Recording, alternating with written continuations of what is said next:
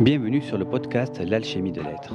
Je suis Alexandre Canal, thérapeute holistique et géobiologue, et je te partage ici ma vision de la conscience, teintée de notions d'énergétique, de néo-chamanisme et de perception extrasensorielle. Si tu chemines vers ta guérison intérieure, vers l'exploration de la conscience, que tu te questionnes sur les mémoires de l'âme ou le sens de l'incarnation, alors ce podcast est pour toi. La vision holistique renvoie à une notion de globalité de l'être. Mais pour moi, c'est aussi être conscient que nous faisons partie d'un tout et que l'extérieur n'est que le reflet de l'intérieur.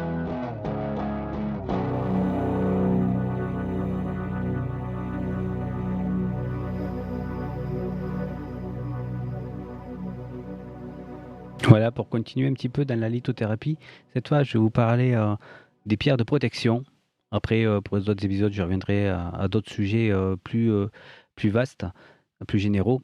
Pourquoi ce sujet? Parce que voilà, beaucoup de personnes vont me demander souvent quelle pierre ils pourraient prendre pour se protéger, comment on pourrait faire pour se protéger déjà, voilà, etc. Alors, déjà, se protéger de quoi?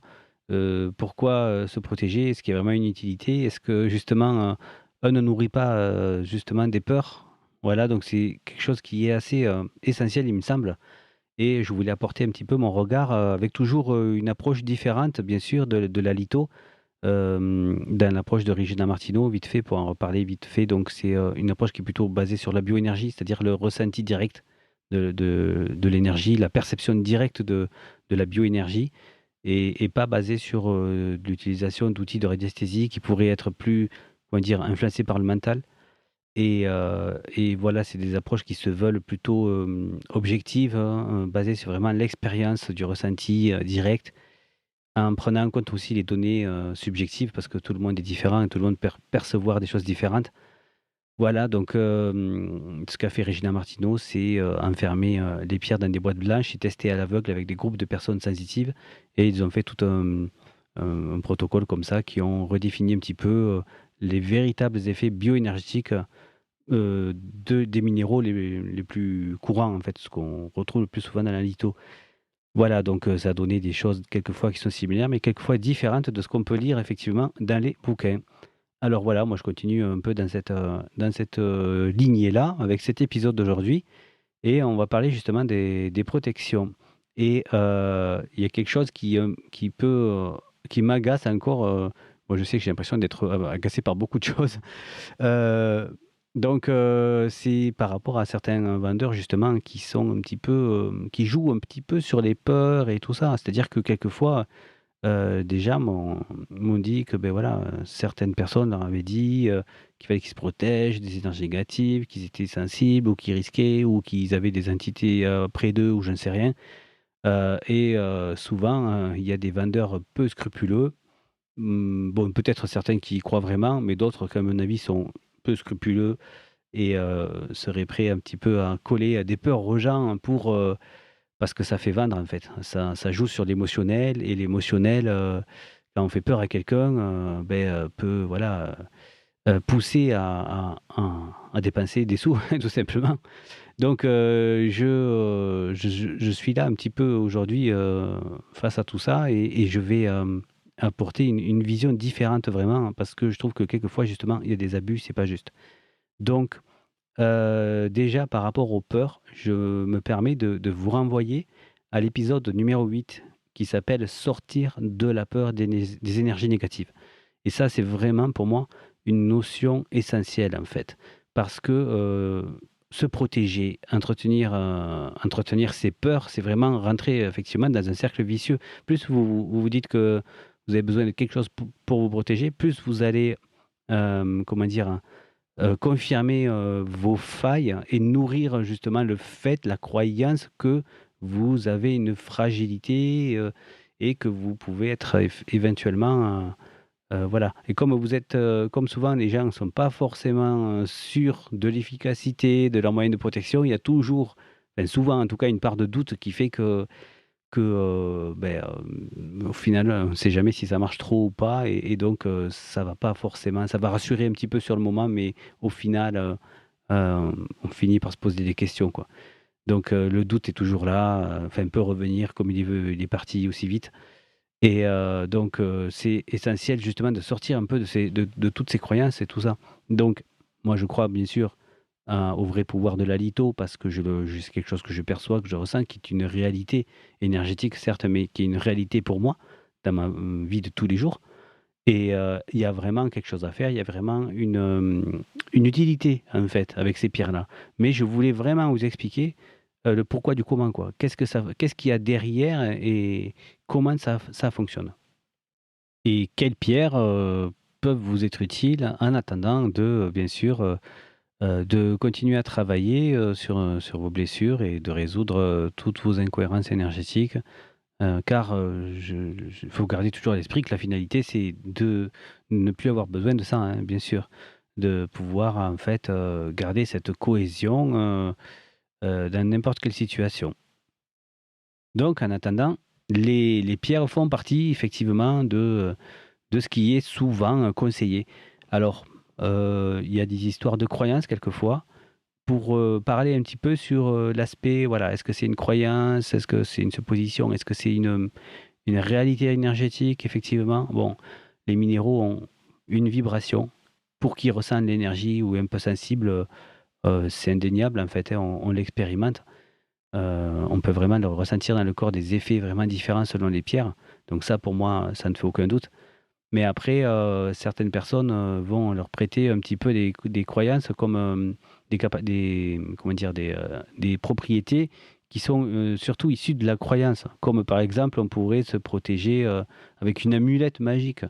Alors c'est quoi la différence? Il ne faut pas confondre en fait les pierres avec les amulettes, magiques quoi. Une amulette magique, bon, ça serait, quelque chose qui est lié à un acte magique, c'est-à-dire quelque chose qui allie, un certain symbolisme, une intention et souvent un égrégore ou une croyance qui est souvent propre en fait à une culture.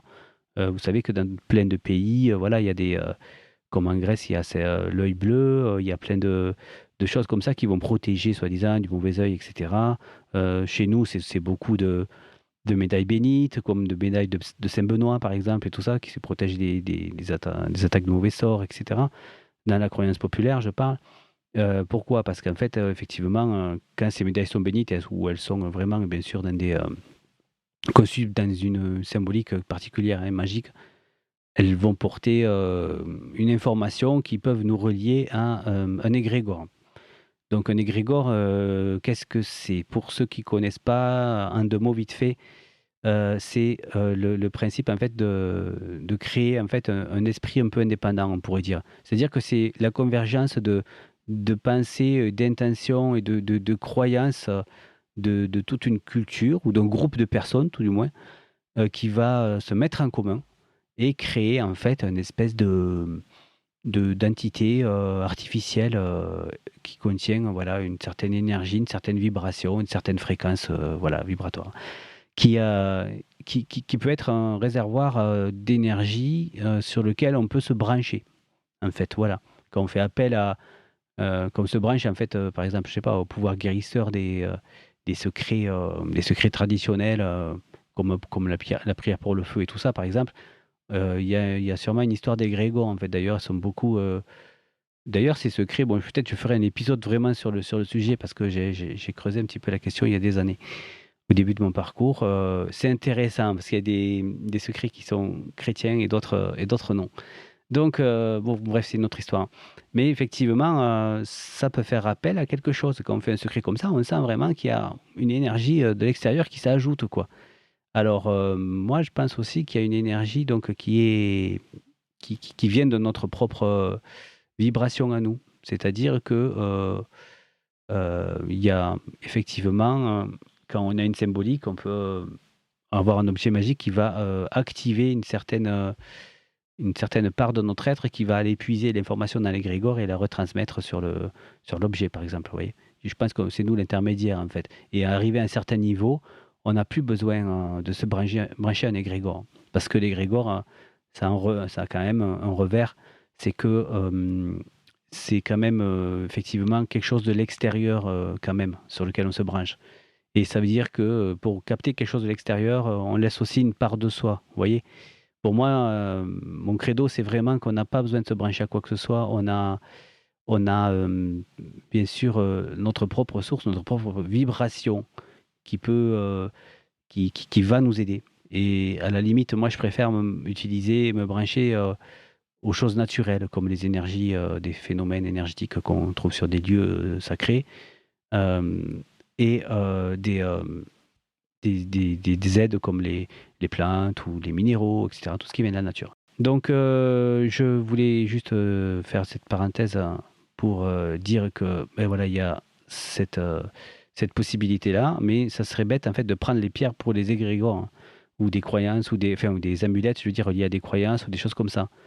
C'est pas la véritable finalité pour moi. C'est vraiment, plutôt quelque chose qui doit être pris pour ce que c'est tel quel dans la nature, c'est-à-dire, une énergie, quelque chose qui est de la matière, en fait, qui vibre d'une certaine, fréquence, on va dire, voilà et qui va, comment dire?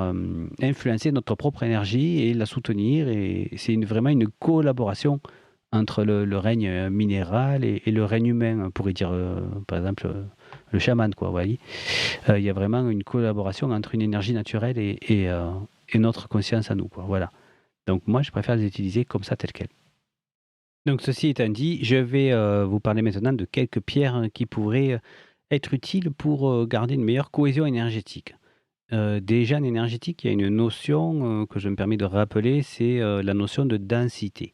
C'est-à-dire que votre, corps énergétique, il va avoir une densité plus ou moins grande. Et cette densité, si elle est pas assez forte, vous risquez d'avoir une perméabilité aux influences extérieures.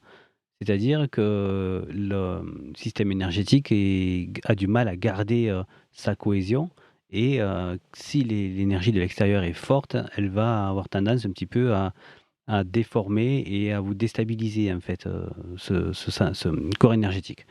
Donc il y a des pierres qui sont beaucoup conseillées, qui sont en rapport avec l'ancrage, car c'est, en s'ancrant, enfin, connectant, en se connectant vraiment à l'énergie de la terre, en revenant, en redescendant dans les pieds, qu'on va gagner plus de densité et ça va avoir en fait comme effet tout simplement d'épaissir notre énergie et de mieux résister quand on va être, voilà, balayé par les tempêtes extérieures. Donc c'est souvent, pour ça qu'on va conseiller des pierres rouges ou noires. Mais là, attention en fait, j'ai souvent, rencontré qu'il y avait des problèmes, des personnes qui avaient des problèmes, qui étaient pas du tout, en fait, assez denses dans leur énergie. Parce que par exemple, elles avaient, une grosse résistance, à l'incarnation par exemple. Vous voyez, si, je sais pas, on a une grosse blessure de rejet, que nos parents ne voulaient pas, ou enfin qu'on correspondait pas à ce qu'ils voulaient ou qu'on a vraiment, ressenti une grosse blessure de rejet, dans les premiers jours de notre naissance. Il peut y avoir des parts de soi qui vont, avoir du mal à se sentir accueillis donc, sur terre tout simplement et qui vont, rester un petit peu entre 2 mondes. Vous voyez ce que je veux dire? Donc à ce moment-là, ces parts de soi, elles peuvent être en grande souffrance. Et si on a suffisamment pas amorcé de travail, beh, certaines pierres peuvent être trop violentes, en fait. Puis avoir, par exemple, les pierres, comme l'obsidienne qui peuvent beaucoup, remuer. C'est-à-dire qu'elles vont, faire, vouloir, comment dire? Forcer un petit peu la descente. Ça va nous déranger, en fait. Ça peut faire, du coup, l'effet inverse. Parce qu'il y a un système de, comment dire? De fuite qui s'active et quelque chose qui nous tirerait trop fort, dans l'incarnation, on peut se mettre en réaction, en fait, et vouloir repartir encore plus. Donc j'ai rencontré des personnes qui étaient pas bien avec leur obsidienne et parce que tout simplement, elles étaient trop fortes pour elles. C'est pour ça qu'on ne peut pas forcément conseiller, de pierres types comme ça, parce que, chacun, peut avoir des paramètres énergétiques différents, un cheminement différent et selon où on en est, ça peut vraiment créer, l'effet inverse, quoi. Donc par exemple, il peut y avoir, le jaspe rouge qui peut être bien, qui va travailler sur l'ancrage, pour ce genre de personnes, hein, je parle et qui va aider un petit peu justement, voilà, en douceur à amorcer un travail sur, par exemple, les problématiques liées à l'incarnation, et cetera. Voilà. Donc ça va être, plus pertinent pour certaines personnes d'avoir plutôt une pierre rouge, qu'avoir une pierre trop forte. Ensuite aussi, il peut y avoir aussi, le domaine du transgénérationnel, c'est-à-dire que les obsidiennes, font, beaucoup descendre, dans les pieds, et les fréquences, sombres ou noires, en fait, qu'on a dans le bas du corps, dans les pieds, elles sont, associées à, nos blessures transgénérationnelles. Puisqu'en bioénergie, on va voir effectivement, les chevilles, les pieds, tout ça qui sont, liés à la stabilité et stabilité, soutien, c'est vraiment des mots-clés qui sont reliés à l'énergie, ancestrale. En fait, on doit se sentir soutenu par nos racines, voilà. C'est vraiment, les pieds, ce qui nous connecte avec, la terre, avec les racines. Donc c'est vraiment, beaucoup lié au transgénérationnel. Et imaginez, si une personne elle a un trauma, ou un trop fort bagage, transgénérationnel, et qu'elle n'est pas prête à l'accueillir, c'est pareil, ça va faire une contre-réaction et ça peut créer justement une fuite, hein, où la personne elle est encore moins dense du coup parce que, elle freine en fait des 4 fers et elle veut partir complètement, vers le haut quoi, pour éviter de ressentir ça. Donc, il y a des pierres aussi, qui peuvent être, plus faciles d'accès, comme par exemple la shungite, qui, a quelque chose de rassurant, et en plus elle a son côté, particulier, c'est qu'effectivement la shungite elle a pas besoin d'être nettoyée, parce qu'elle a une forme, de molécule particulière et qui fait qu'en fait elle, peut se réaligner et réaligner même les autres pierres. Voilà, moi j'en ai déjà parlé, sur d'autres épisodes. Donc c'est une pierre qui descend moins bas que l'obsidienne quand même, hein, donc elle est plus facile d'accès et donc c'est peut-être pas plus mal aussi. Sinon, il y a la tourmaline noire qui, a un côté un peu structurant aussi, qui, va faire descendre un peu plus dans le noir, mais elle est bien pour, apprivoiser petit à petit le noir. Voilà, donc ça peut être, une bonne pierre aussi de protection, mais c'est vraiment à tester. Il faut voir, si, vous vous sentez pas bien avec elle, ça ne veut pas dire forcément que la pierre est mauvaise ou pour vous, ou qu'elle vibre mal ou qu'elle est, voilà. C'est qu'en fait, elle ne correspond pas à là où vous en êtes énergétiquement. Mais après, je vous incite quand même à essayer parce que quand on arrive à apprivoiser cette densité, c'est quelque chose de fort agréable, quoi. On va vraiment, retrouver en fait une vibration qui est liée à cette force ancestrale, quoi. Et c'est vraiment, quelque chose de très agréable de se sentir vraiment bien ancré, bien dans ses pieds, voilà, pour se souvenir vraiment ce que c'est vraiment le bon ancrage, c'est bien de le tester quand même et d'y revenir, même si vous sentez qu'elle n'a pas été bonne pour vous, c'est bien aussi d'y revenir de temps en temps pour voir si ça a évolué, au fur et à mesure que bien sûr, vous continuez à faire un travail d'éclaircissement de vos blessures et de vos mémoires. Donc on va parler aussi des fois de l'obsidienne œil céleste, ou je ne sais pas si vous voyez, c'est une variété qui a des reflets un peu irisés, qui est souvent d'ailleurs, heu, taillée de telle sorte que, ces reflets irisés forment un œil en fait avec les reflets. Pourquoi? Parce qu'en fait voilà, on mise encore sur cette, analogie avec, l'œil, le mauvais œil, l'œil qui protège, qui renvoie en fait l'intention négative de quelqu'un qui aurait projeté un mauvais œil sur vous, voilà. Donc c'est pas ça forcément, ça c'est encore je vous dis, quelque chose qui nourrit, une croyance, voilà. Mais au niveau énergétique, elle a quand même une particularité, c'est que cette pierre-là, c'est refléirisé, on va dire symboliquement, on pourrait dire que, techniquement, on pourrait dire que c'est comme si elle faisait descendre vraiment un peu, de la lumière qui vient du haut, dans la matière, en fait. Voilà, grâce à ces reflets irisés qui sont, dans le noir de l'obsidienne. Et ça permet en fait à la fois d'être ancré et d'activer, des chakras qui sont au-dessus de la tête et qui nous connectent à notre part spirituelle. Alors c'est une pierre qui est très forte, hein, si vous arrivez à la supporter, elle peut vous aider donc à amener la lumière dans votre, part d'ombre. Elle peut faire le shadow work, elle peut vous aider à mettre de la lumière dans vos mémoires profondes. Elle a vraiment cette capacité de vous connecter à la fois en haut et en bas. Après souvent on va vous parler aussi des pierres jaunes. Donc là aussi, il y a une notion, c'est le centrage. C'est-à-dire que le chakra jaune, il est à peu près au centre. Alors, petite précision, dans mon approche, en fait, où on prend en compte les chakras secondaires, si on passe vraiment la fréquence du jaune, ça fait réagir un point qui est plus près du nombril, alors que beaucoup de l'approche grand public vont le placer plutôt au plexus solaire. Et le plexus solaire serait vraiment une couleur entre le jaune et le vert, en fait, qu'on appelait le pistache ou le vert pomme. Mais vraiment, la couleur du jaune, elle travaille plus bas, plus en fait sur le centre de gravité du corps, vers le ventre, quoi, le nombril vraiment, pour, pour vraiment être centré, quoi. Donc, il va y avoir des pierres comme l'œil du tigre qui vont nous permettre ou j'aime bien aussi la pyrite. La pyrite de fer, qui a un côté un peu structurant aussi parce qu'elle a une structure cubique.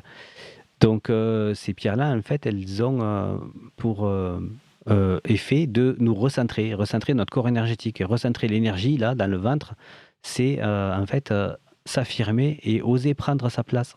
Si par exemple vous avez souffrez de dévalorisation ou que qu'on vous a manqué de respect étant jeune ou qu'on vous ait manqué de respect dans votre éducation et que ça vous ait perturbé votre estime de vous, votre confiance, ben, ces pierres-là, en fait, elles vont recentrer notre énergie et elles vont nous soutenir dans cet effort d'oser prendre sa place, d'oser se poser voilà, au centre et de se protéger du coup. Donc en fait, toutes les personnes qui veulent envahir un petit peu votre énergie dans des conflits d'ego, des choses comme ça, elles vont avoir plus de mal à vous déstabiliser parce que ça va vous aider à vous centrer. Donc ça, ce sont des super pierres de protection qui vont vous aider à vous familiariser avec cette vibration-là dans le cas si vous souffrez de ce manque-là.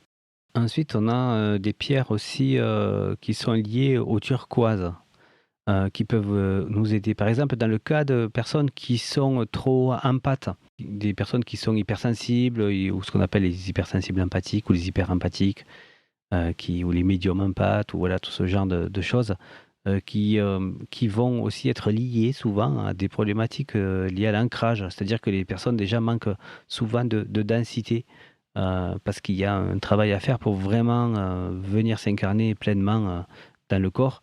Et ensuite, il y a une empathie excessive qui fait qu'on a du mal à trouver la limite aussi entre soi et l'extérieur, à gérer en fait ce curseur qui peut nous permettre de ressentir aussi de très belles choses, hein. C'est une grande qualité, bien sûr, mais des fois, elle peut être tellement poussée, l'empathie, que ça devient un fardeau. Donc, il y a des pierres pour aider ça. Bon, je l'associerai toujours, bien sûr, avec quelque chose par rapport à l'ancrage, hein, par rapport à ce que je viens de dire sur la densité, mais aussi, par exemple, avec l'amazonite. C'est une pierre qui travaille sur le turquoise. Alors, toujours dans notre approche, elle est dans la lithothérapie bioénergétique. Le chakra turquoise, c'est pas celui de la gorge, c'est vraiment entre le cœur et le bleu de la gorge. C'est sur le haut de la poitrine, en fait, voilà. C'est cette zone-là qui a le centre lié à l'empathie. Et on va ressentir pas mal de choses, soit devant ou soit derrière aussi, et de voir le dos chargé, l'impression de porter comme un sac, etc. Tout ça, ça peut être des charges et des choses qu'on porte pour l'extérieur, quand on a du mal à mettre une limite. Donc, il y a une pierre, donc l'amazonite, qui permet de décristalliser tout ça pour équilibrer voilà, le fonctionnement de ce chakra. Cette amazonine, elle va travailler vraiment sur cette zone-là. Et par exemple, si vous commencez à travailler un petit peu avec elle, à ressentir, à vous entraîner, voilà, à vous laisser traverser par sa vibration, ben vous allez sentir que ça commence à faire bouger un petit peu l'énergie sur le haut de la poitrine ou dans le dos. Et là, en fait, ça peut être bien pour décristalliser. C'est-à-dire tout ce que vous avez capté qui vient de l'extérieur, ça va vous aider à le remettre en mouvement pour l'évacuer. Et avec l'ancrage, ça va circuler plus facilement pour retourner à la terre. Donc ça peut être intéressant aussi d'avoir cette pierre-là qui aide un petit peu à équilibrer l'utilisation de ce chakra empathique. Ensuite, il y a même des pierres, hein, qui sont liées au chakra orange, qui peuvent aussi, protéger ou aider. C'est, par rapport aux liens toxiques. C'est-à-dire, par exemple, lorsqu'on a eu, des mémoires, d'intrusion, dans votre intimité, ou alors des besoins, qui sont non comblés liés à l'enfance et qui engendrent une fusion, avec un parent. Parce que le chakra orange aussi, c'est le deuxième chakra qu'on développe et donc il contient pas mal de problématiques, de limitations, liées à la petite enfance. Et par exemple, vous avez, l'aragonite qui travaille sur les limites, sur les liens toxiques et les mémoires d'abus et cetera. C'est une pierre qui travaille sur le chakra orange et qui va, comment dire? Permettre de reprendre sa place dans cette zone-là, qui va stimuler cette énergie, de manière à remplir et à la fois décristalliser ce qui était coincé pour que ça recircule, et puis que ça puisse être conscientisé, évacué et à la fois aussi, reprendre la place pour éviter, une intrusion, énergétique quoi, à ce niveau-là. Donc la cornaline aussi peut aider, celle-là pour réparer en douceur, quand il y a eu quelque chose, une blessure dans ce chakra-là, effectivement. Donc s'il y a besoin de beaucoup de douceur aussi, vous avez l'ambre qui travaille, sur cette zone-là.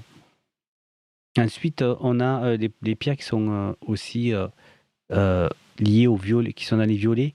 Pourquoi? Parce que ça peut mettre, en lumière et aider à compenser une problématique avec l'autorité. Donc par exemple, dans le cas où on subit une autorité injuste, ça peut être au travail par exemple, ou qu'on subit du harcèlement moral ou des choses comme ça, vous voyez? Parce que vous savez que, beh, effectivement, avec le côté, autorité ou le côté paternel, parce qu'aussi les chakras vers le haut, c'est le ciel père. Donc il y a quelque chose, à combler ou à travailler. Il peut y avoir en fait des pierres violettes qui vont, aider à vous connecter, vers votre part spirituelle pour retrouver en fait, votre, propre, autorité finalement. Là, attention, c'est pareil, ça peut faire, comme je vous disais l'obsidienne, ça fait trop descendre, celle-là, elle peut faire trop monter. Donc c'est-à-dire que si vous êtes pas assez ancré, vous risquez de vous retrouver comme une montgolfière qui tient par un simple fil et qui est balayée par tous les vents, quoi. Donc c'est pas terrible en fait, au niveau cohésion non plus.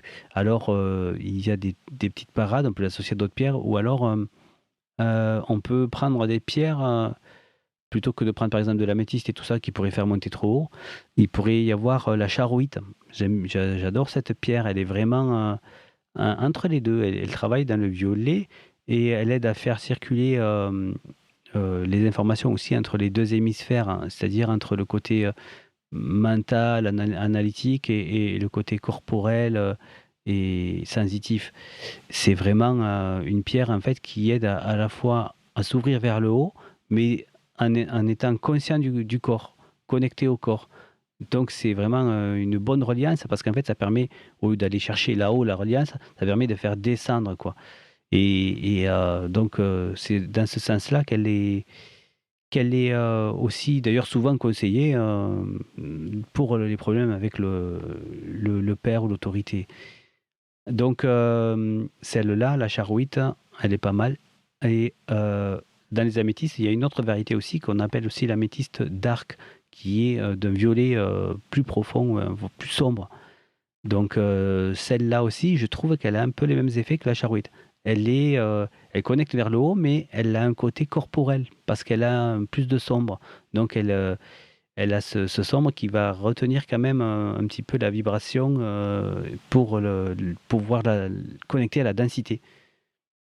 Ensuite, une autre pierre, dont on parle souvent, bien sûr, je ne pouvais pas terminer, sans l'évoquer, c'est la labradorite. Donc la labradorite, attention, il y aura encore des choses à dire bien sûr dessus qui vont pas forcément dans le sens, que peut-être celui, enfin dans le sens dans lequel vous attendez que ça aille.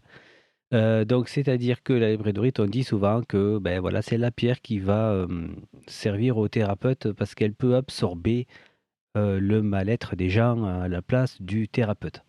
Alors, là aussi, dans l'approche bioénergétique, dans cette vision-là, on voit pas en fait comment ça peut fonctionner, c'est encore, une croyance qui s'est répandue.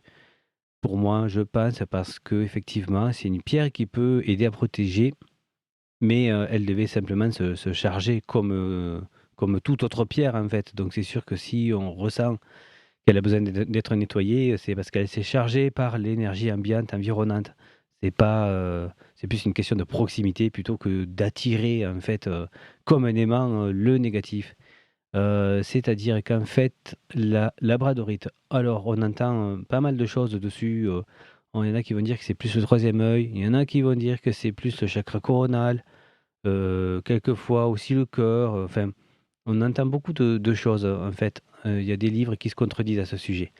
Mais quand on fait fi de tout ça et qu'on se base vraiment sur, l'écoute du corps, ce qui se passe avec la labradorite, c'est qu'elle fait quand même descendre.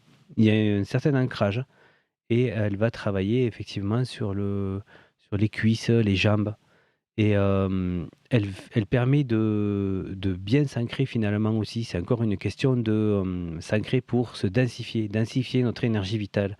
On redescend dans le corps pour apporter de la densité en bas et on épaissit notre couche, naturelle, énergétique en fait, grâce à cette aide, de densification, et d'ancrage pour, être moins perméable tout simplement.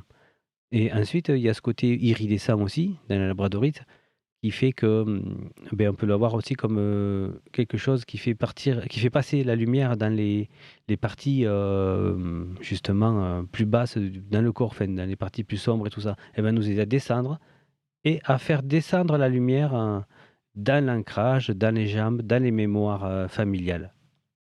D'ailleurs, comme, toute pierre qui peut faire descendre dans les jambes et mettre en contact avec, le transgénérationnel qui est pas forcément réglé, ça peut aussi être disposé. D'ailleurs, récemment, j'ai vu une personne qui ne supportait pas la labradorite. Elle disait que vraiment, elle était vraiment pas bien, dès qu'elle en a vu une, elle la supportait pas et en fait, parce qu'il y avait effectivement, des énergies stagnantes à ce niveau-là et c'était un petit peu difficile en fait, de rentrer en contact avec ça en fait encore.